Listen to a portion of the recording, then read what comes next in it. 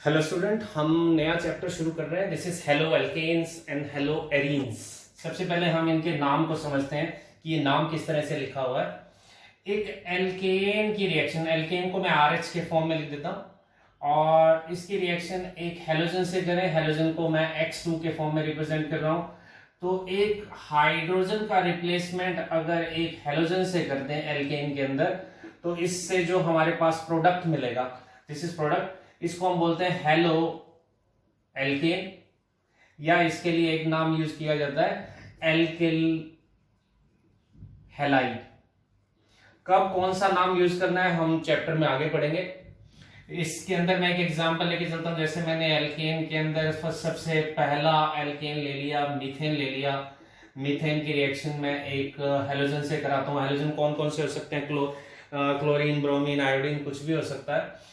एक हाइड्रोजन का रिप्लेसमेंट अगर अब मैं यहाँ पे एक हेलोजन से कर दूं, तो इससे जो प्रोडक्ट मेरे पास आया, क्योंकि अब मैंने एल्केन मीथेन लिया है, तो इससे जो प्रोडक्ट बनेगा इसको मैं बोलूंगा hello for halogen and methane. Hello methane बोलेंगे। एल्केन की जगह अब मैं वर्ड यूज करूंगा मीथेन, या इसके अंदर मैं वर्ड यूज कर सकता हूं एल्किल की जगह अब मैं इसको बोल सकता हूं मेथिल हैलाइड। तो इस तरह से हमारे पास एक हेलो एल्केन बन गया। इसी तरीके से एरोमेटिक कंपाउंड को हम रिप्रेजेंट करते हैं ARH। ये एरोमेटिक कंपाउंड को रिप्रेजेंट करता है, जिस तरह से ये एल्केन को रिप्रेजेंट कर रहा था, ये एरोमेटिक कंपाउंड को रिप्रेजेंट कर रहा है। इसकी रिएक्शन में अगर हेलोजन से कर दूं, सेम तरीके से हाइड्रोजन का रिप्लेसमेंट हेलोजन से हो जाएगा और हमारे पास प्रोडक्ट बन जाएगा। इसका नाम अगर लिखा जाएगा, अब इसको हम बोलेंगे हेलो फॉर हेलोजन। और यहाँ पे जैसे हमने हेलो एल्केन बोला था, यहाँ पे हम बोलते हैं हेलो एरीन। एरीन वर्ड किसके लिए यूज करते हैं? एरोमेटिक कंपाउंड के लिए जो कॉमन वर्ड यूज किया जाता है वो एरीन। जैसे एल्केन वर्ड किसके लिए यूज करते हैं हम? Methane, ethane, propane, butane, pentane, ये सब किस क्लास के मेंबर हैं? एल्केन क्लास के मेंबर हैं।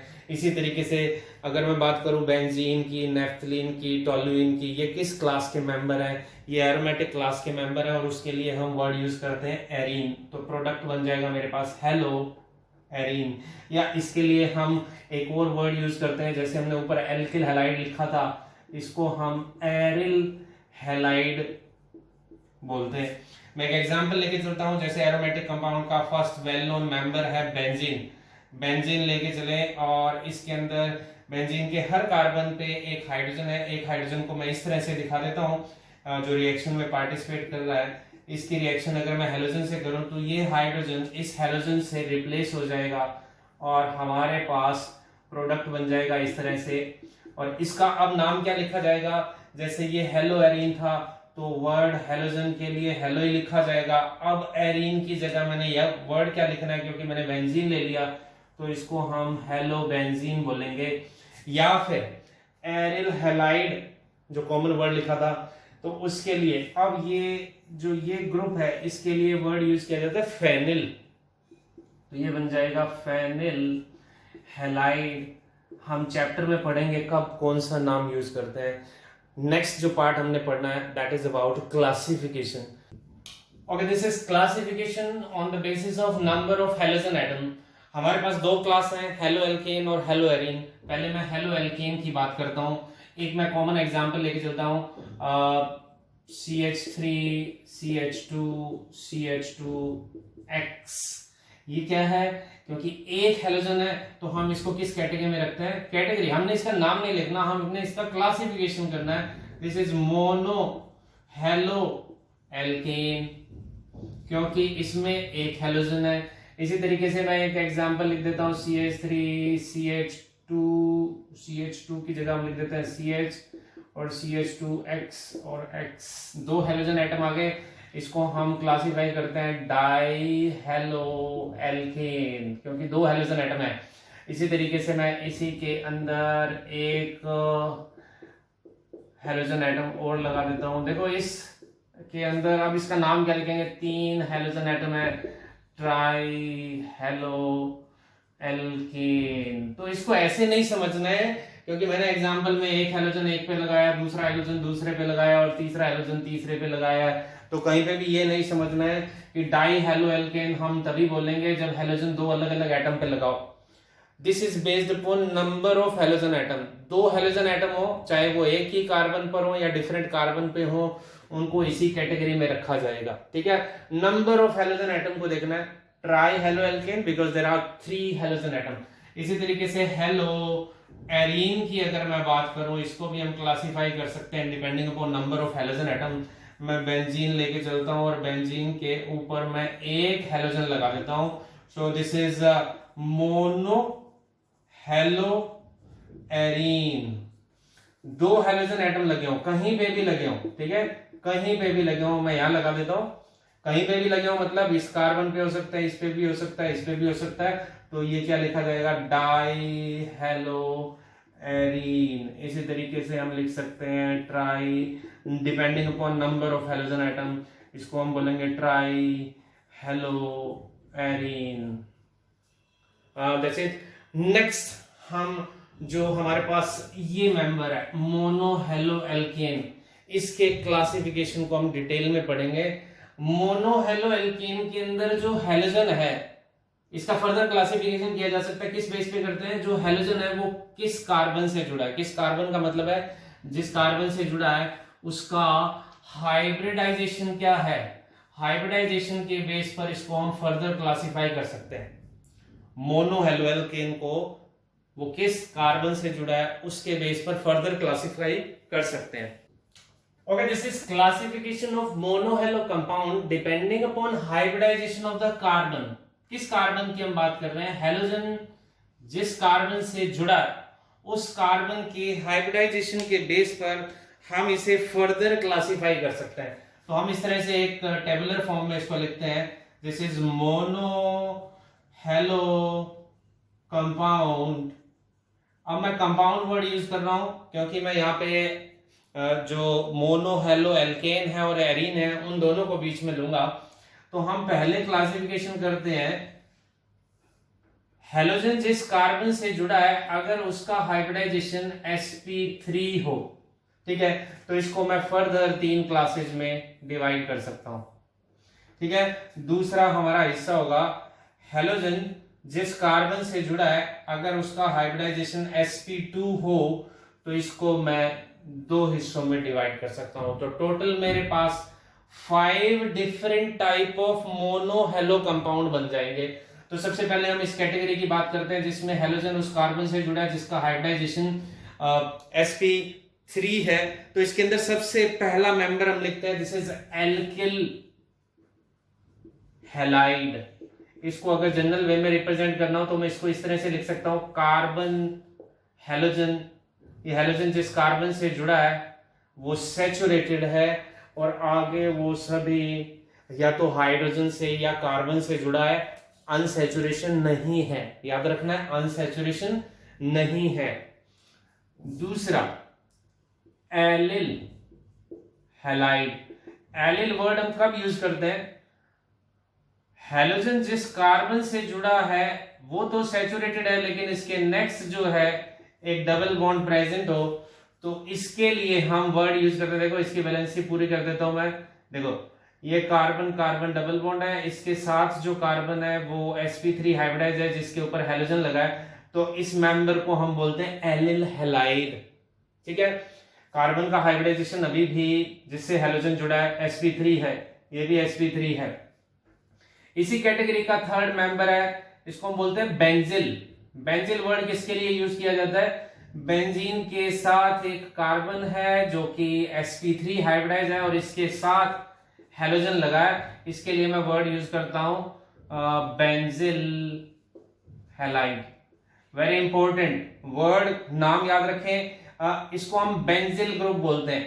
ठीक है, बेंजीन के साथ sp3 हाइब्रिडाइज कार्बन है जिसके ऊपर हेलोजन लगा हुआ है। तो इस तरह से इस कैटेगरी के अंदर हमारे पास 3 मेंबर है। इस कैटेगरी के अंदर हेलोजन जिस कार्बन के साथ जुड़ा है वो अगर sp2 हो तो उसका पहला मेंबर हम लिखेंगे, दिस इज विनाइल हैलाइड। इसको हम बोलते हैं विनाइल हैलाइड। हेलोजन जिस कार्बन से जुड़ा है वो देखो डायरेक्टली एक डबल बॉन्ड बना रहा है, this is sp2 hybridise carbon. ये सारे क्या है, ये sp3 है, ये sp3 है, ये sp3 है। इसी तरीके से एक मेंबर और अगर एरोमेटिक, देखो इसको मैं ऐसे लिख देता हूं, एरोमेटिक कंपाउंड के ऊपर डायरेक्टली अगर हेलोजन लगाओ तो इसको हम एरिल हैलाइड बोलते हैं।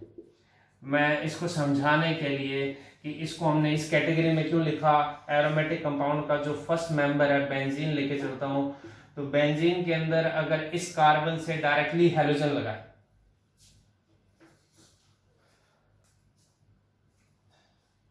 ये हमारे बोर्ड में नहीं आ रहा है, इसे मैं एग्जांपल को इस तरह से यहां लिख देता हूं। एरोमेटिक कंपाउंड हम बेंजीन लेके चलते हैं और इस बेंजीन के ऊपर डायरेक्टली इस कार्बन के ऊपर अगर हेलोजन लगाओ तो ये कार्बन का हाइब्रिडाइजेशन क्या है, sp2 है, क्योंकि ये डबल बॉन्ड बना रहा है। तो इस तरह से इसका जो नाम लिखा जाएगा एरिल हैलाइड लिखा जाएगा। तो दैट्स हाउ मोनोहेलो कंपाउंड को हम इन 5 कैटेगरी में रख सकते हैं। अब 1 बाय 1 इन कैटेगरी का हम फर्दर डिस्कशन करते हैं। ओके जी, फर्स्ट कैटेगरी है हमारे पास एल्किल हैलाइड। एल्किल हैलाइड के अंदर हम इसे फर्दर क्लासिफाई कर सकते हैं 1 degree alkyl halide, 2 degree alkyl halide और 3 degree alkyl halide. 1 degree alkyl halide किसे बोलेंगे, हेलोजन जिस कार्बन से जुड़ा है अगर वो 1 डिग्री कार्बन हो। 1 डिग्री कार्बन किसको बोलते हैं, जो कार्बन आगे किसी एक और कार्बन से जुड़ा हो तो हम उसे 1 डिग्री कार्बन बोलते हैं। सो this is 1 degree alkyl halide, या इसको हम प्राइमरी एल्किल हैलाइड बोलते हैं। अगर इस ग्रुप को ध्यान से देखें तो जिस मॉलिक्यूल के अंदर CH2X ग्रुप दिखाई देगा, CH2X ग्रुप दिखाई देगा, वो प्राइमरी एल्किल हैलाइड होगा। ये हमारे पास 1 डिग्री कार्बन है जिसपे हेलोजन लगा। 1 डिग्री कार्बन किसको बोला, जो आगे किसी एक और कार्बन से जुड़ा है। इसी तरीके से हेलोजन जिस कार्बन से जुड़ा है अगर वो कार्बन आगे 2 कार्बन से जुड़ा है तो ये कार्बन कौन सी कैटेगरी का होगा, क्योंकि ये 2 कार्बन से जुड़ा है तो सेकेंडरी कार्बन हो गया। और सेकेंडरी कार्बन के ऊपर जो हेलोजन लगा है इसलिए हम इसको 2 डिग्री एल्किल हैलाइड या सेकेंडरी एल्किल हैलाइड बोलेंगे। इसको हम इस तरह से लिख देते हैं। तो सेकेंडरी एल्किल हैलाइड कौन सा होगा, जिसके अंदर हमारे पास इस तरह का ग्रुप मिले, CHX ग्रुप मिलता है, वो सेकेंडरी एल्किल हैलाइड की कैटेगरी में आएगा। इसी तरीके से टर्शरी अगर एल्किल हैलाइड की अगर बात करें तो टर्शरी एल्किल हैलाइड किसको बोलेंगे, जो टर्शरी कार्बन से जुड़ा हुआ हेलोजन है। टर्शरी कार्बन किसको बोलेंगे, जो आगे 3 कार्बन से जुड़ा है, जैसे 3 डिग्री कार्बन, 3 डिग्री कार्बन से हेलोजन जुड़ा है, so that's why this is tertiary alkyl halide. इसको हम इस तरह से मेंशन कर देते हैं 3 डिग्री एल्किल हैलाइड। तो 3 डिग्री एल्किल हैलाइड में कौन सा ग्रुप हमें दिखाई देगा, जिस हेलोजन के अंदर हमारे पास इस तरह का ग्रुप हो, वो 3 डिग्री एल्किल हैलाइड की कैटेगरी में आ जाएगा। फिर इसके अंदर हम पढ़ते हैं सेकंड कैटेगरी है एलिल हैलाइड। एलिल हैलाइड किसको बोलेंगे, जिसके अंदर CH2 डबल बॉन्ड CH और फिर X मिले। सो हेलोजन जिस कार्बन से जुड़ा है वो sp3 हाइब्रिडाइज है, लेकिन उसके बाद एक C डबल बॉन्ड C आया, so this is allyl halide. Allyl halide को भी हम फर्दर क्लासिफाई कर सकते हैं 1 डिग्री, 2 डिग्री एंड 3 डिग्री। तो ये देखो, ये हेलोजन जिस कार्बन से जुड़ा है आगे वो एक और कार्बन से जुड़ा है, so this is primary carbon, so this will become primary allyl halide. इसी तरीके से अगर मैं इसे इस तरह से लिख देता हूं और यहां पे इस कार्बन के ऊपर अगर मैं एक और कार्बन लगा दूं तो ये सेकेंडरी कार्बन बन गया, क्योंकि ये 2 कार्बन से जुड़ा है। ये ग्रुप कौन सा है, एलिल ग्रुप है, so this will become secondary allele halide. तो secondary allele halide, primary allyl halide और सेकेंडरी को देखें तो प्राइमरी कैसा है, जिसमें CH2X ग्रुप मिले, बिल्कुल इसके जैसा। सेकेंडरी कैसा है, जिसके अंदर CHX ग्रुप मिले, बट इसको हम एल्किल बोल रहे थे और इसे हम एलिल बोलेंगे। टर्शरी के अंदर CH2 डबल बॉन्ड CH और फिर CX, ये एलिल बन गया। और अगर ये कार्बन 3 कार्बन से जुड़ा है, 1 2 3, so this become tertiary carbon, और ये ग्रुप कौन सा बन जाएगा, ये बन जाएगा ग्रुप टर्शरी एलिल हैलाइड। तो एलिल हैलाइड क्यों है? क्योंकि हमारे पास ये ग्रुप मिल रहा है। टर्शरी क्यों है? क्योंकि हैलोजन जिस कार्बन से जुड़ा है वो आगे 3 कार्बन से जुड़ा है, that's why this is tertiary या 3 डिग्री एलिल हैलाइड बोलेंगे। एलिल हैलाइड जरूरी नहीं है कि हमारे पास एक ओपन चेन सिस्टम हो, एलिल हैलाइड साइक्लिक भी हो सकता है।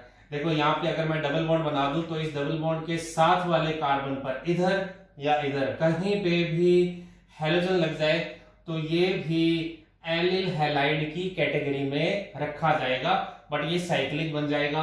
अब थर्ड मेंबर पढ़ते हैं हम। थर्ड मेंबर इसके अंदर क्या आएगा? थर्ड मेंबर आ सकता है, देखो ये हैलोजन जिस कार्बन पे जुड़ा है ये sp3 है, so this is also allyl halide. Third category हम क्या लिखेंगे? थर्ड कैटेगरी में हम लिखेंगे बेंजिल हैलाइड। बेंजिल हैलाइड कौन सा होगा? जब बेंजीन के साथ वाला कार्बन जो कि sp3 हाइब्रिडाइज है, देखो हैलोजन जिस कार्बन से जुड़ा है वो sp3 है और ये आगे बेंजीन से जुड़ा है, तो इस तरह का अगर ग्रुप हमें मिलता है तो इसको हम बेंजिल ग्रुप बोलते हैं। बेंजिल ग्रुप भी फर्दर प्राइमरी, सेकेंडरी और टर्शरी हो सकता है। देखो ये कार्बन एक कार्बन से जुड़ा है, यहाँ पे 2 हाइड्रोजन लगा दें तो ये 1 डिग्री कार्बन बन जाएगा और इस ग्रुप को हम क्या बोलेंगे? 1 डिग्री बेंजिल हैलाइड बोलेंगे। इसी तरीके से बेंजीन के साथ वाले कार्बन पर जिसपे हैलोजन जुड़ा है, अगर ये कार्बन 2 कार्बन से जुड़ा, देखो एक इधर जुड़ा एक इधर जुड़ा, यहाँ पे H लगा दो तो ये कौन सा बन गया? सेकेंडरी कार्बन बन गया, और सेकेंडरी कार्बन बन गया तो इस तरह के हैलाइड को हम बोलेंगे सेकेंडरी बेंजिल हैलाइड बोलेंगे। और इसी तरीके से अगर बेंजीन के साथ वाले कार्बन पर जिस पे हैलोजन जुड़ा है वो हैलोजन वो कार्बन अगर आगे टोटल 3 कार्बन से जुड़ा है तो ये टर्शरी कार्बन बन जाएगा और ये जो हैलाइड बनेगा उसको हम बोलेंगे टर्शरी बेंजिल हैलाइड। इस तरह से ये वो कैटेगरी आ गई जिसमें हैलोजन जिस कार्बन से जुड़ा है वो sp3 हाइब्रिडाइज है। डायरेक्टली हैलोजन जिस कार्बन से जुड़ा है वो sp3 हाइब्रिडाइज है। नेक्स्ट इसके अंदर फोर्थ कैटेगरी जो आएगी वो आएगी विनाइल हैलाइड। हैलोजन जिस कार्बन से जुड़ा है वो sp2 हाइब्रिडाइज। फोर्थ कैटेगरी है हमारे पास विनाइल हैलाइड। विनाइल हैलाइड की कैटेगरी में हम कौन सा एग्जांपल लिखेंगे? हैलोजन जिस कार्बन से जुड़ा है वो डायरेक्टली अनसैचुरेटेड कार्बन है, तो यहाँ पे हमें एक H लगा दो और यहाँ पे 2 H लगा दो तो ये हमारे पास जो मेंबर बन जाएगा दिस इज विनाइल हैलाइड। इसे विनाइल हैलाइड बोलेंगे। और विनाइल हैलाइड के अंदर हैलोजन जिस कार्बन से जुड़ा है ये sp2 हाइब्रिडाइज है। तो जरूरी नहीं है विनाइल हैलाइड हमारे पास ये है जो है ओपन हो, ये साइक्लिक सिस्टम का भी पार्ट हो सकता है। यहाँ पे हम कार्बन कार्बन डबल बॉन्ड लगा दें तो अगर हाइड्रोजन यहाँ पे डायरेक्टली लगा है तो ये भी विनाइल हैलाइड की कैटेगरी में आएगा, क्योंकि ये कार्बन का हाइब्रिडाइजेशन क्या है? ये भी sp2 है। फोर्थ और last member aryl halide. Aryl halide हम किसके लिए लिखेंगे? जब किसी हैलोजन जो हैलोजन है वो डायरेक्टली किसी एरोमेटिक रिंग के ऊपर लगाओ, जैसे हमने बेंजीन के ऊपर ये एक्स ग्रुप लगाया। एक्स ग्रुप जैसे मैंने शुरू में बताया, एक्स किसको रिप्रेजेंट कर रहा है? एक्स रिप्रेजेंट कर रहा है फ्लोरीन, क्लोरीन, ब्रोमीन, आयोडीन, कुछ भी हो सकता है। हैलोजन जब डायरेक्टली एरोमेटिक सिस्टम पे लगाओ तो इसको हम एरिल हैलाइड की कैटेगरी में रखते हैं। ये इस तरह का भी हो सकता है। और अगर इस एरोमेटिक रिंग के ऊपर कुछ और भी लगाओ, कोई एल्किल ग्रुप लगा है बट हैलोजन डायरेक्टली रिंग पे लगा है तो ये भी एरिल हैलाइड की कैटेगरी में रखा जाएगा। This is the classification about different type of alkyl and aryl halides.